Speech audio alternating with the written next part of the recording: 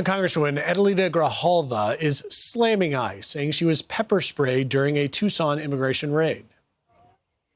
I was here and was sprayed in the face by a very aggressive agent, pushed around by others. When I literally was not being aggressive, I was asking for clarification, which is my right as a member of Congress. I just can only imagine if they're going to treat me like that, how they're treating everybody else. Deputy ICE Director Madison Sheehan joining us now to react on set. Madison, it's great to be with you. I haven't seen you since the first days of Operation Midway Blitz in Chicago. Now you're here. Obviously, this Congresswoman is out there saying that she was pepper sprayed. Your reaction? Well, first of all, thank you for having me. And this just isn't true. This is the classic move from the Democrats where they go around, they want to interfere with law enforcement. At what point in this country did we get to the point where you can interfere with law enforcement efforts and nothing happens to you? You can't touch a police officer. You can't interfere with our work. Our law enforcement officers are out arresting the worst of the worst. They're arresting gang members, murderers, and rapists. And if the Democrats choose to protect that group of people instead of the American people, I think that's something that the Democrat voters need to decide what they truly believe in. Well, and it seems that the last data that we had was that assaults on ICE officers are up over 1,100%. And it's worth maybe pointing out that, you know, the pepper spray is used because your agents and officers are being assaulted. Absolutely. We've seen this huge increase of assaults against our officers. We've seen an increase in vehicle rammings against our officers and the doxing that we see online. And this rhetoric continues to get worse.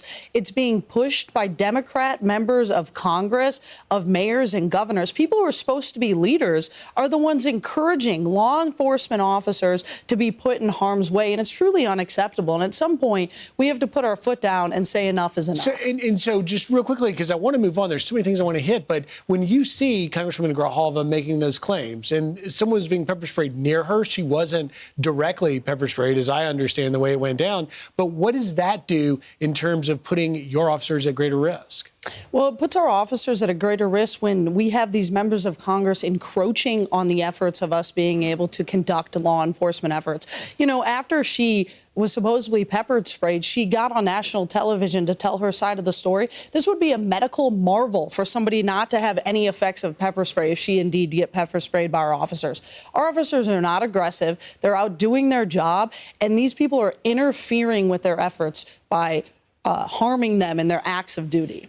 You know, I want to shift gears. Yesterday, we had Attorney General Pam Bondi on this program talking about the Somali migrant charged with multiple counts of rape in Minnesota. Here's what she said. This guy came into our country in 2015 under Barack Obama.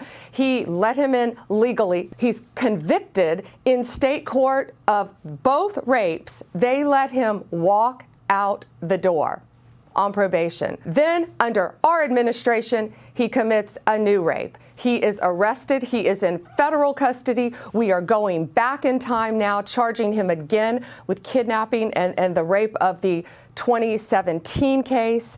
And I can tell you there are more charges to come.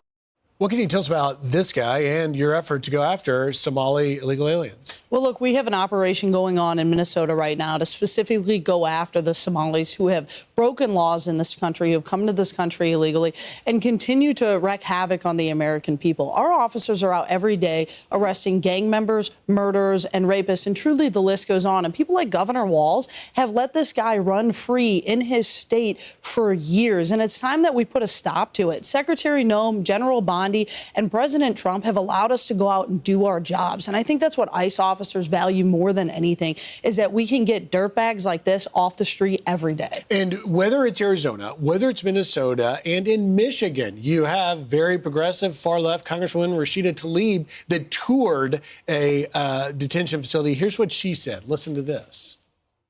I'm here again to make sure that all of you know that we're going to hold them accountable, that we're going to make sure the conditions are safe, and that everyone's rights are protected. And I also was able to visit my 19-year-old resident that got placed here all the way from the city of Detroit. Not only for him, but for many of our families. We're going to make sure we push back against ICE, get them off our streets, and keep our families together.